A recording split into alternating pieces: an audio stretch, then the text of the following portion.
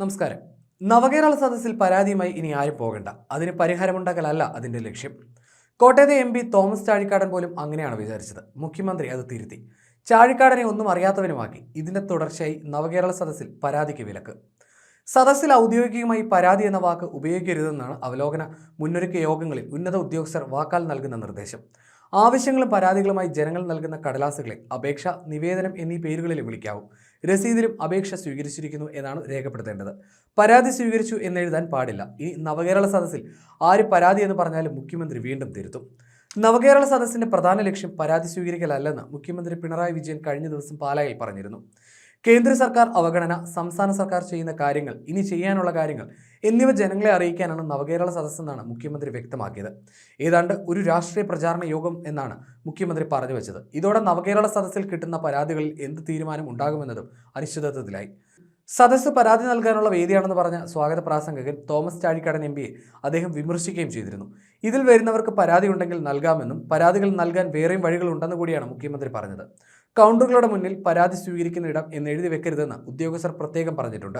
നവകേരളം അവസാന ഘട്ടത്തിലേക്ക് കടക്കുമ്പോഴാണ് ഈ വ്യക്തത വരുത്തൽ. അപേക്ഷകൾ ആക്ഷേപങ്ങൾ ഉണ്ടാകാത്ത വിധം ശ്രദ്ധാപൂർവം കൈകാര്യം ചെയ്യണമെന്നും പറഞ്ഞിട്ടുണ്ട്. അപേക്ഷയ്ക്കൊപ്പം കൂടുതൽ പേജുകളുള്ള പകർപ്പുകൾ സ്വീകരിക്കരുതെന്നാണ് മറ്റൊരു നിർദ്ദേശം. നവകേരള സദസ്സിന് ശേഷം പരാതികൾ പരിഹരിച്ചതിൽ വിവരാവകാശ ചോദ്യങ്ങൾ ഉയരാൻ സാധ്യതയുണ്ട്. അതുകൂടി മുന്നിൽ കണ്ടാണ് പരാതിയെ നവകേരള സദസ്സിൽ നിന്നും മാറ്റുന്നത്. കേന്ദ്ര സർക്കാരിനെതിരായ കടന്നാക്രമണം മാത്രമായി ഇതിനി മാറും. BJPക്ക് ഇരിപ്പിടം കൊടുക്കാത്തതിനാൽ കേരളത്തിന്റെ മതനിരപേക്ഷതയെ തകർക്കാൻ കഴിയില്ലെന്നും അത് കേരള വിരുദ്ധ നിലപാടായി രൂപപ്പെട്ടിട്ടുണ്ടെന്നും മുഖ്യമന്ത്രി പിണറായി വിജയൻ പറഞ്ഞു. ചെങ്ങന്നൂരിൽ നടന്ന നവകേരള സദസ്സ് ഉദ്ഘാടനം ചെയ്യുകയായിരുന്നു അദ്ദേഹം. കേന്ദ്ര സർക്കാരിന്റെ കേരളത്തോടുള്ള അവഗണനയ്ക്കെതിരെ പ്രതികരിക്കാനും ശബ്ദിക്കാനും പ്രതിപക്ഷ കക്ഷികൾ തയ്യാറാകുന്നില്ല. BJPയുടെ കേരള വിരുദ്ധ മനസ്സിനൊപ്പം കോൺഗ്രസിന്റെ മനസ്സും ചേർന്നോ എന്നും അദ്ദേഹം ചോദിച്ചു. കേരളത്തിന് ലഭിക്കേണ്ട അർഹമായ കേന്ദ്ര വിഹിതം നൽകാൻ കേന്ദ്ര സർക്കാർ തയ്യാറായില്ല എങ്കിൽ ഉണ്ടാകുന്ന പ്രതിസന്ധി ഈ സാമ്പത്തിക വർഷത്തിലോ അടുത്ത സാമ്പത്തിക വർഷത്തിലോ പരിഹരിക്കാൻ കഴിയുന്നതല്ല.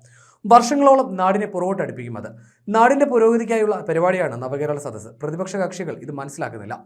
ഓരോ സദസ്സിലും എത്തുന്ന പതിനായിരങ്ങൾ കേരളത്തിന്റെ ആകെ ഭാഗമാണ്. ഭേദചിന്തയില്ലാതെ നാട് ഒന്നിക്കുകയാണ്. നവകേരള സദസ്സ് ബഹിഷ്കരിക്കാനുള്ള പ്രതിപക്ഷ കക്ഷികളുടെ തീരുമാനത്തെ ജനങ്ങൾ തള്ളിക്കളയുകയാണ് ചെയ്തത്. ജനവികാരം മനസ്സിലാക്കി പ്രതിപക്ഷ കക്ഷികൾ നാടിന്റെ നന്മയ്ക്കായി ഒന്നായി പ്രവർത്തിക്കണമെന്ന് മുഖ്യമന്ത്രി ആവശ്യപ്പെട്ടു. അതേസമയം മുഖ്യമന്ത്രിക്കെതിരെ രൂക്ഷ വിമർശനവുമായി പ്രതിപക്ഷ നേതാവ് VD സതീശൻ ഇന്നലെ രംഗത്ത് വന്നിരുന്നു. കേരളത്തിലെ ഏറ്റവും വെറുക്കപ്പെട്ട മുഖ്യമന്ത്രിയായി, ജനങ്ങളാൽ ആട്ടിയോടിക്കുന്ന മുഖ്യമന്ത്രിയെ പിണറായി വിജയന് പടിയിറങ്ങേണ്ടി വരുമെന്ന് പ്രതിപക്ഷ നേതാവ് VD സതീശൻ കുറ്റപ്പെടുത്തിയിരുന്നു. മുഖ്യമന്ത്രിയുടെ സമനില തെറ്റിയിരിക്കുകയാണ്. കേരളീയർ ഏറ്റവും ശത്രുവായി കാണുന്നത് ഈ മുഖ്യമന്ത്രിയെയാണ്. നാട്ടുകാരുടെ പണം കൊണ്ട് നവകേരള സദസ്സ് നടത്തി രാഷ്ട്രീയം പറയുന്ന വ്യക്തിയെ ജനം വെറുക്കുകയാണ്. ഇയാളുടെ അവസാനത്തിന്റെ ആരംഭമാണ് ഈ സംഭവങ്ങളിലൂടെ കാണുന്നതെന്നും പ്രതിപക്ഷ നേതാവ് വടകരയിൽ മാധ്യമങ്ങളോട് പറഞ്ഞിരുന്നു. വഴിയരികിൽ സമാധാനപരമായി കരിങ്കൊടി കാണിച്ച കോൺഗ്രസ് പ്രവർത്തകരെ മുഖ്യമന്ത്രിയുടെ ഗൺമാനും സഫാരി സൂട്ടിട്ട പോലീസ് ക്രിമിനലുകളും ചേർന്ന് ക്രൂരമായി മർദ്ദിക്കുകയായിരുന്നു. പോലീസ് കസ്റ്റഡിയിൽ ഇരിക്കെയാണ് മുഖ്യമന്ത്രിയുടെ ഗൺമാൻ അനിലും തിരുവനന്തപുരം സ്വദേശി സന്ദീപും ഇവരെ മർദ്ദിച്ചത്. മുഖ്യമന്ത്രിയുടെ ഭാഷയിൽ പറഞ്ഞാൽ ജീവൻ രക്ഷാപ്രവർത്തനം കോൺഗ്രസും ആരംഭിക്കേണ്ട സ്ഥിതിയിലേക്കാണ് കാര്യങ്ങൾ കൊണ്ടുപോകുന്നത്. അക്രമം നടത്തി ഇവരെ പരസ്യമായി സംരക്ഷിക്കുകയാണ്. ഗവർണറുടെ വാഹനത്തിന് കേടുപാടുണ്ടാക്കിയതുപോലെ ഈ കുട്ടികൾ എന്തെങ്കിലും ചെയ്തോ എന്നും സതീശൻ ചോദിച്ചു. തങ്ങൾ വിചാരിച്ചാൽ അവനൊന്നും അവൻ്റെ വീട്ടിൽ നിന്നിറങ്ങില്ല. അതിനൊക്കെയുള്ള കോൺഗ്രസ്സുകാർ ഈ നാട്ടിലുണ്ട്. ഇത് സംഘർഷഭരിതമാകരുതെന്ന് കരുതി തങ്ങളാണ് സംയമനം പാലിച്ചത്. എല്ലാ മര്യാദയുടെയും അതിർവരമ്പുകൾ ലംഘിച്ചുകൊണ്ടാണ് മുഖ്യമന്ത്രി ജനങ്ങളുടെ നെഞ്ചത്തു കൂടിയുള്ള തേരോട്ടം നടക്കുന്നതെന്നും പ്രതിപക്ഷ നേതാവ് കുറ്റപ്പെടുത്തി.